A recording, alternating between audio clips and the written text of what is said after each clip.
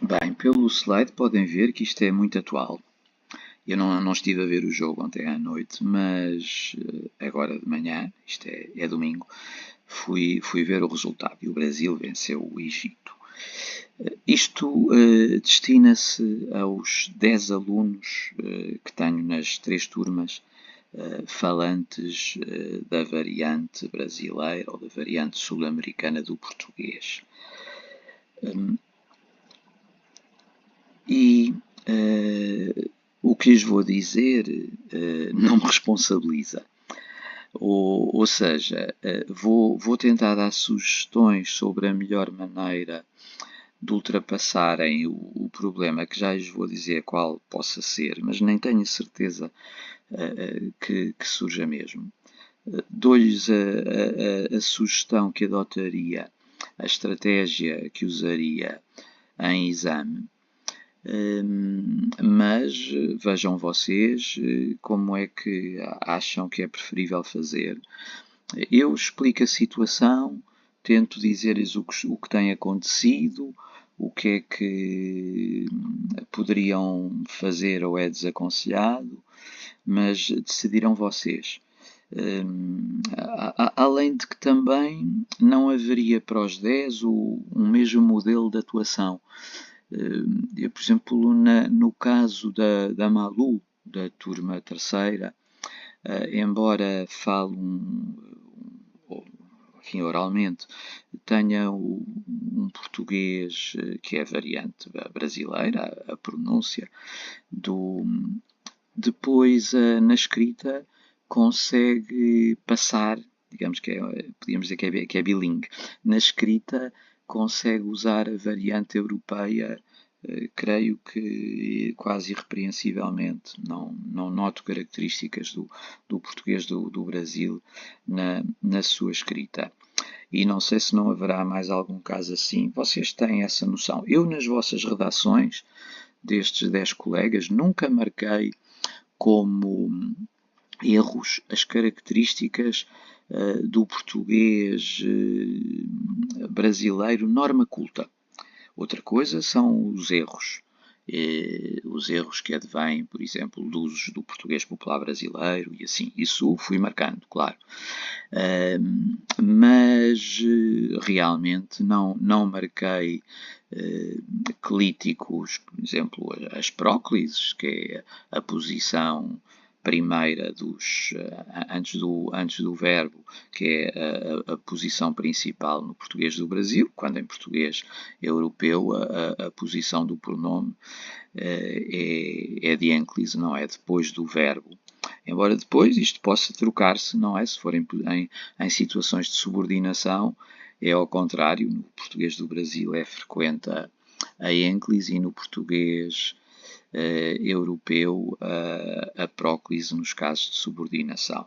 Mas isso não lhes foi assinalado como erro e o problema é que em exame pode ser considerado erro. Mas eu vou tentar explicar de fio a pavio em menos tempo do que fiz o ano passado. Uma das razões porque quis repetir este vídeo é que ano passado demorei nisto 20 e tal minutos e queria agora não ultrapassar muito os 10, mas vamos ver. Como sabem, há estas 3 variantes ou variedades do português. Na variedade brasileira do português ou variedade sul-americana, nós devemos distinguir uma norma culta de um português popular,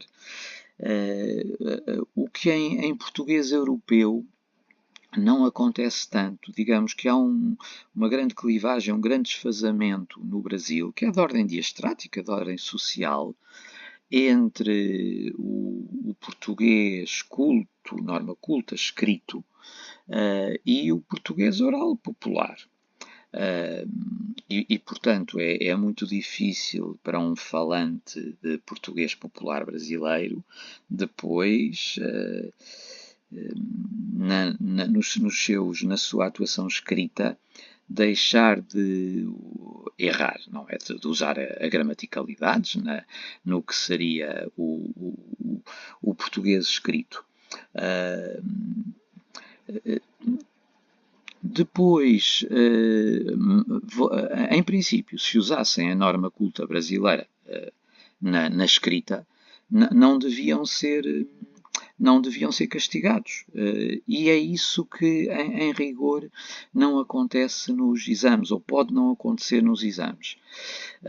Mesmo usando um português segundo a norma culta brasileira, nos exames podem ser assinaladas como erro aquelas características que eu já fui começando a elencar, não é? A dos clíticos, a dos pronomes, a colocação dos pronomes é a mais saliente. Nós este ano não temos alunos. O ano passado tinha 2 alunos moçambicanos. Este ano o problema não se põe, portanto podemos passar este mapa das 3 variedades ou 3 variantes. Na verdade, não há uma variante africana. Há português de Angola, português de Moçambique, depois na Guiné-Bissau não há português de língua materna e mesmo em Cabo Verde a língua materna é o crioulo de Cabo Verde e em São Tomé também só residualmente o português será a língua materna, creio. Institucionalmente, nos regulamentos, a variante a usar não está explicitada. O que se diz é que nos exames deve ser usada a língua portuguesa, mas usada a língua, exceto, claro, nos exames de língua estrangeira, mas esta língua portuguesa devia incluir as 3 variantes. Mas depois, quando os classificadores recebem as provas para corrigir, ou este ano verão as provas na plataforma que lhes é atribuída, os classificadores têm sido informados de que o português deve ser corrigido, ou deve ser avaliado, deve ser apreciado, tendo em conta a norma europeia. Portanto, a ideia com que temos ficado todos os anos é que os classificadores devem assinalar como erros, olhem, os clíticos que estejam na posição que não é típica do português europeu. Podem perguntar-me isso depois é feito mesmo assim ou não? Os classificadores cumprem todos esta indicação ou são mais sensíveis digamos, ao rigor linguístico? Porque, na verdade, segundo a linguística, a linguística investigativa, era muito injusto estar a considerar erro um bom uso da variante brasileira do português. Isto, aliás, esta informação que estive a relatar vai contra o que se ensina, por exemplo, naquela parte da geografia do português. Tenta transmitir-se a ideia de que o português não há dialetos do português, não é? Não há zonas onde se fale pior o português do que outras. Dialeto não é pejorativo, são os vários tipos, o português segundo as diversas localidades, mas não é nem melhor nem pior. Já não há noção de que o português padrão é de Coimbra ou assim. E isto, claro, também se reflete nas 3 variedades, não é? Não há um português melhor segundo os lugares em que se fala do que os dos outros lugares. É isto que se ensina hoje em dia. E, no entanto, há depois esta incoerência de pedir para efeitos de exame apenas um português de uma variante. o que é que podíamos então. Mas eu estava a dizer se isto depois na prática é concretizado nas classificações dos colegas que corrigem as provas, que avaliam as provas. Não sei, olhem, as 3 alunas falantes de português brasileiro que o ano passado fizeram exame de português tiveram a exame notas dentro daquilo que eu esperava e não senti que tivessem sido castigadas especialmente ou e sei que elas usaram o português que normalmente usavam também nos escritos em aula e que eu não corrigia, a não ser nas tais agramaticalidades que não têm que ver com a variante, mas são verdadeiramente erros.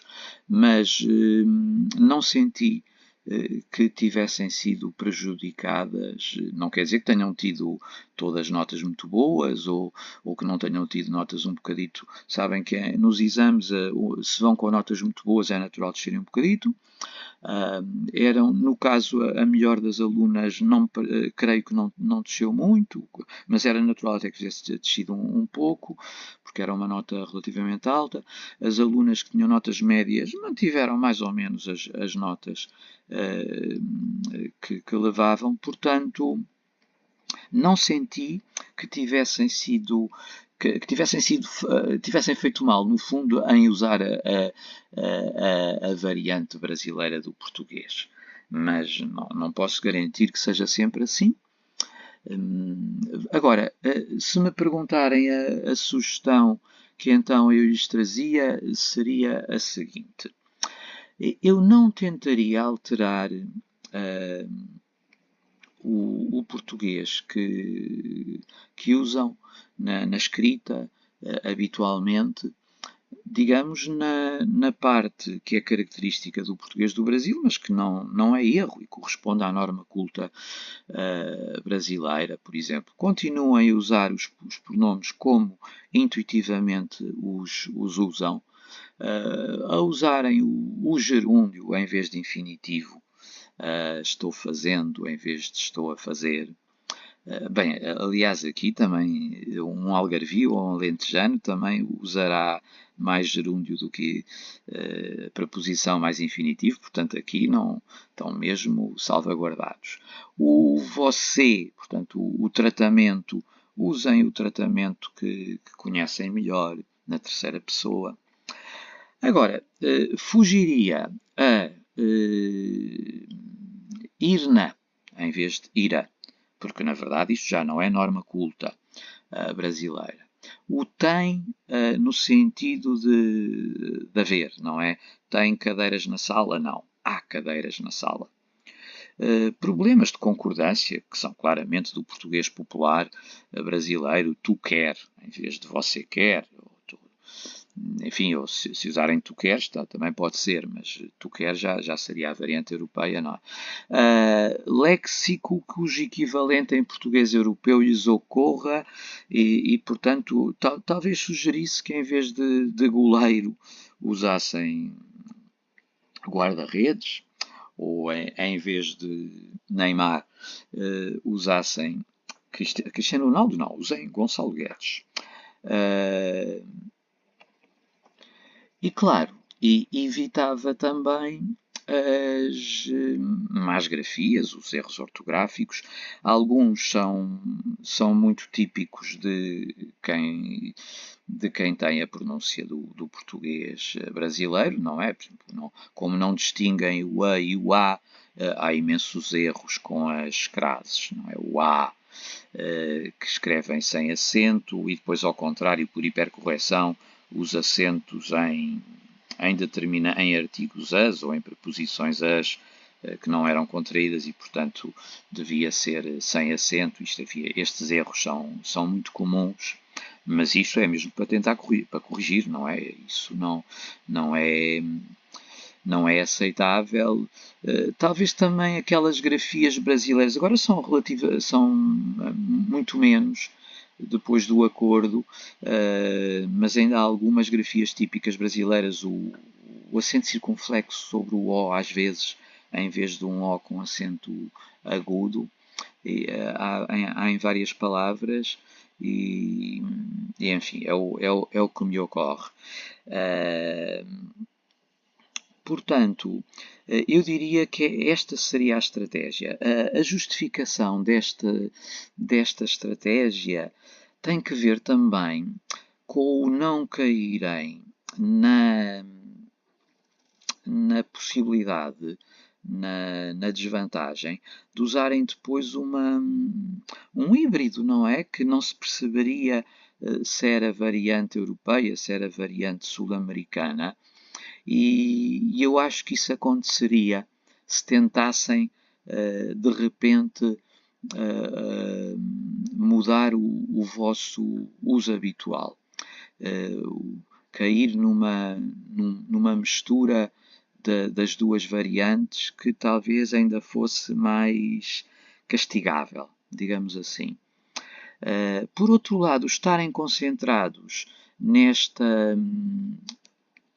aspecto, levá-los-ia também a talvez não se focarem no conteúdo, não é? Nas ideias e em tudo o resto, não é? Na compreensão do texto que estão a analisar e assim. E, portanto, o que pudessem vir a ganhar em termos de menos desconto na correção linguística, perdê-lo-iam, se calhar, depois na apreciação ao conteúdo, aos outros aspectos, enfim, e que até já são mais pontuados, apesar de tudo, nas respostas. Portanto, feito ponderados estes aspectos todos, eu talvez sugerisse, repito, sem me responsabilizar, talvez lhes sugerisse que usassem esta estratégia, que no fundo é aquela que em aula têm usado, escrevam da maneira que foram, enfim, mas da maneira dentro depois da melhor maneira possível, como fizeram nas nossas aulas. E eu creio que era só isto que lhes tinha para dizer. O próximo vídeo podem passar os 20 minutos e 30 segundos iniciais, que correspondiam a isto no vídeo do ano passado, que eu agora vou aproveitar. Apesar de tudo, este ano demorei um bocadinho menos, mas não muito, 17 minutos. Pronto, fico por aqui.